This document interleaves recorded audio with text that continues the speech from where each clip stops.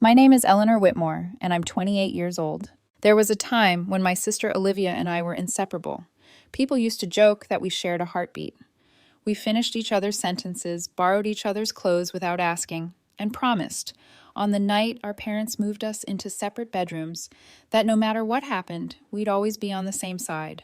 I believed that promise for years. But somewhere along the way, Olivia started chasing a life that no longer had room for me. It wasn't sudden, it came in small cuts, subtle ones, the kind that bleed quietly. She learned how to talk about status the way some people talk about love.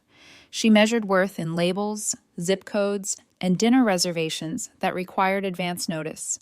And every time she climbed higher, she looked back at me like I was something she'd outgrown. Especially after I started dating Daniel. Daniel isn't flashy. He doesn't wear tailored suits or talk about investments over wine. He's kind, steady, the kind of man who fixes broken things instead of replacing them.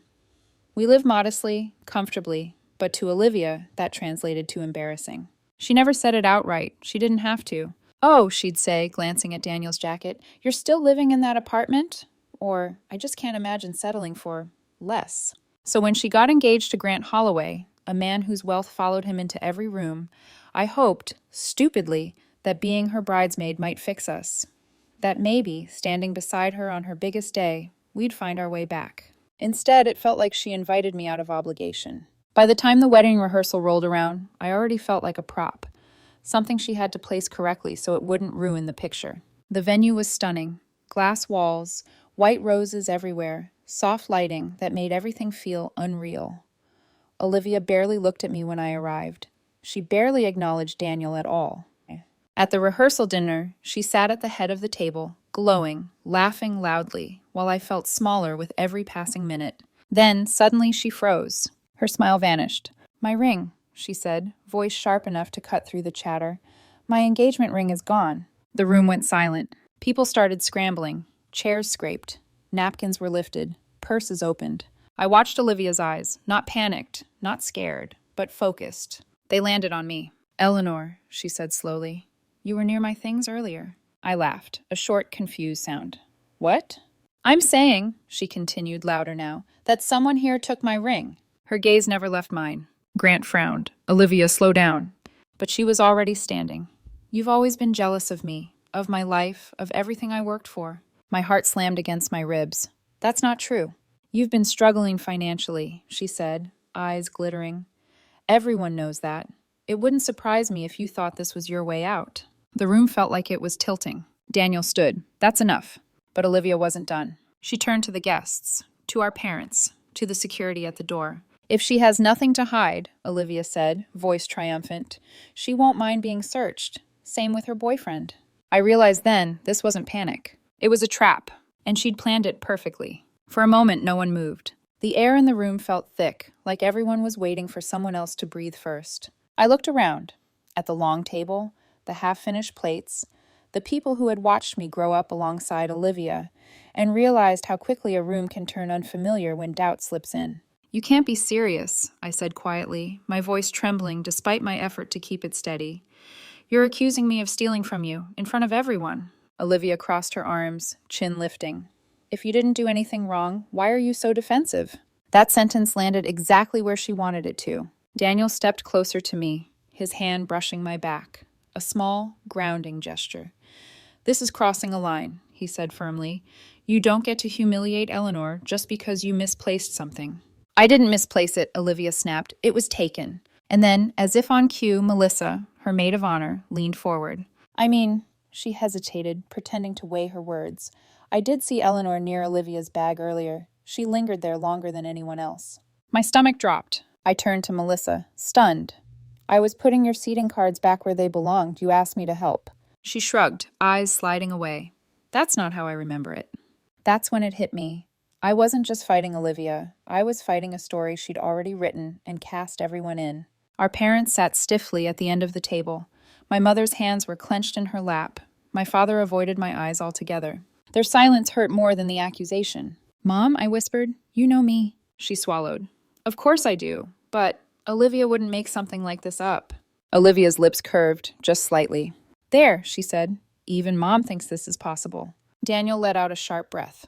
"This is unbelievable." If you want to clear this up, Olivia said, raising her voice again, empty your pockets, your purse, right now. Every instinct in me screamed, no. I will not, I said. I don't have to prove my innocence to you. Her eyes lit up. See, guilty people always say that. Before I could respond, Olivia snapped her fingers toward the entrance. Security. 2 guards stepped forward hesitantly. Search them, she ordered. Both of them. That's when Grant finally stood up. Stop, he said, his voice louder than I'd heard all night. The room fell quiet again. This has gone too far, he continued, looking at Olivia like he was seeing her for the first time. You're accusing your own sister with no proof. You're humiliating her. Olivia spun toward him. Why are you taking her side? I'm taking the side of common sense, Grant replied. This is absurd. Her face hardened. So now you think I'm lying? I think, he said carefully, that something is wrong here. Before anyone could say anything else, a faint glint caught my eye near one of the tables. I stepped forward, heart pounding, and bent down. There it was, the ring, nestled near the table leg, half hidden by the tablecloth. I picked it up slowly, my fingers shaking. Olivia, I said, holding it out, is this it? Gasps rippled through the room. For a split second, her expression cracked. Then it reset. You planned this, she said sharply. You waited until everyone was watching. What? I stared at her, disbelief flooding me. I just found it. You're trying to make yourself look innocent, she continued, voice rising. This proves nothing. Grant looked between us, anger flashing across his face. That doesn't make any sense. Check the cameras, Olivia blurted suddenly. If she's so innocent, let's see what really happened. My breath caught. I watched the color drain from her face the moment the words left her mouth. Then, just as quickly, she forced a smile. Actually, it doesn't matter anymore. I have my ring back. That's all that counts. No, I said, louder than I meant to. It does matter. Because now I knew. And I wasn't going to let her rewrite the truth again. The room felt frozen in time after I said it. It does matter. I'd spent most of my life backing down when Olivia raised her voice, letting things slide, swallowing discomfort for the sake of peace. But something inside me had shifted. Maybe it was the way my parents wouldn't look at me. Maybe it was Daniel's quiet anger beside me. Or maybe it was the certainty settling into my bones that if I didn't stop this now, she would do it again. And again. Grant was the first to speak. She's right, he said, his voice strained. If there are cameras, we should look. This whole thing has gotten out of control. Olivia laughed, too loudly. You're seriously going to entertain this? I'm serious about marrying someone who doesn't accuse her sister of theft in front of 50 people, Grant replied. That shut her up. The venue manager was called. A few tense minutes later, we were led into a small office near the back, the kind with beige walls and humming electronics. Grant insisted the immediate family come along. Melissa trailed behind us, suddenly quiet. The footage began to play. At first, nothing seemed out of place. Guests arriving, Olivia laughing, greeting people. Then Daniel and I walked in, right on time. The timestamp ticked forward. I felt my heart pounding in my ears. Then I saw it. Olivia leaned close to Melissa. They spoke briefly, no audio, but I recognized the posture, the conspiratorial tilt of Olivia's head. Melissa nodding. Seconds later, Olivia lifted her hand. The ring slipped from her finger. Deliberately. She glanced around, then crouched slightly, nudging it beneath the table with the toe of her heel. After that, she reached into her purse and frowned, performing confusion. The screen felt too bright, too loud.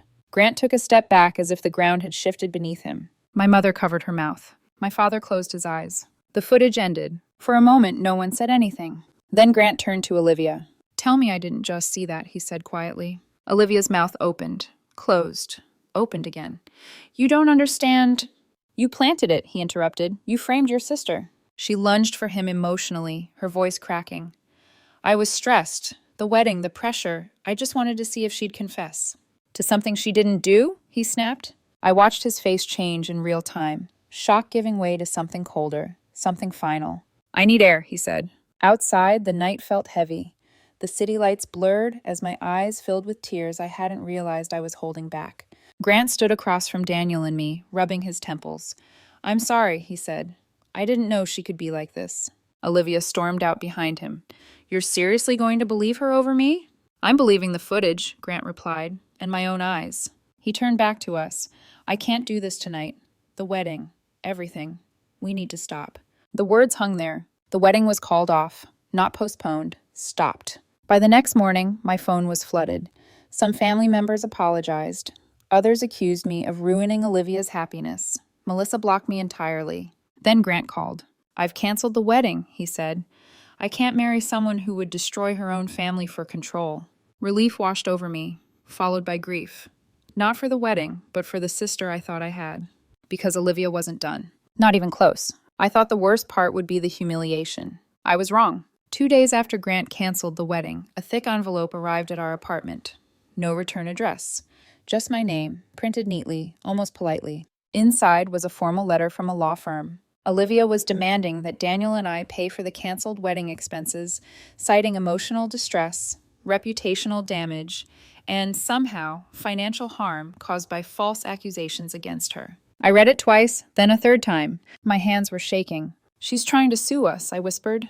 Daniel took the letter, his jaw tightening as he read. "After everything she did?" That was the moment something inside me hardened. We contacted a family lawyer the same day. A calm, no-nonsense woman who watched the footage, read the letter, and then leaned back in her chair. "This has no legal merit," she said. "If they pursue this, we countersue for defamation." She advised us to gather witness statements. Grant responded immediately, sending a detailed written account of the rehearsal and what he'd seen on the cameras. Several guests followed, people who had watched Olivia unravel in real time. Our lawyer sent a formal response. And then, silence. No follow-up, no court date, nothing? Legally, we were safe. Emotionally, everything was still burning. My parents called constantly. "She's your sister," my mother pleaded. "She's not herself right now." "I wasn't myself when she accused me either," I replied. And no one stopped her. They wanted peace, forgiveness, something neat and quiet that would make the discomfort go away. But Olivia hadn't apologized. She wanted money. The messages started coming in waves, passive-aggressive texts, tearful voicemails, then angry emails accusing me of stealing her future. Daniel listened to every single one with me. Never once did he suggest I should give in. "You don't owe her your dignity," he said, "and you definitely don't owe her your savings." Slowly, consequences began catching up with Olivia. Her friends distanced themselves. Invitations dried up.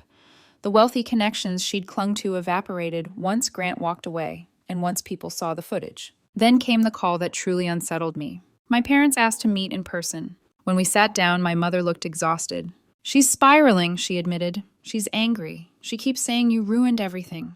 She's talking about revenge." That night, I lay awake staring at the ceiling, realizing something terrifying.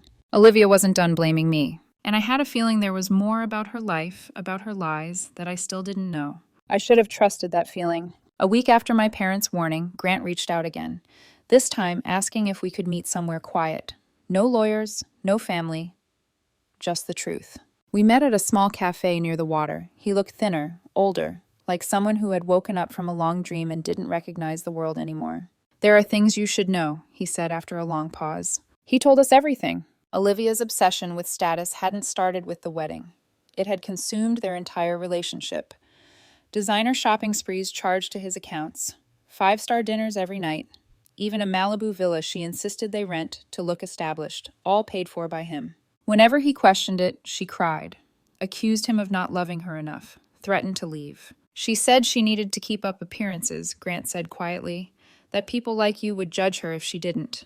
That part stung. "She blamed you," he continued, "said your simple life made her look bad, that she had to overcompensate because you didn't know your place." I felt something finally click into place. This had never been about a ring. It had been about control. A few days later, my father called again, his voice softer this time. "She came home," he said, crying. "She says she's alone now." Olivia had started reaching out to former wedding guests, apologizing. She'd begun looking for a job, her first in years. The apologies that followed were constant.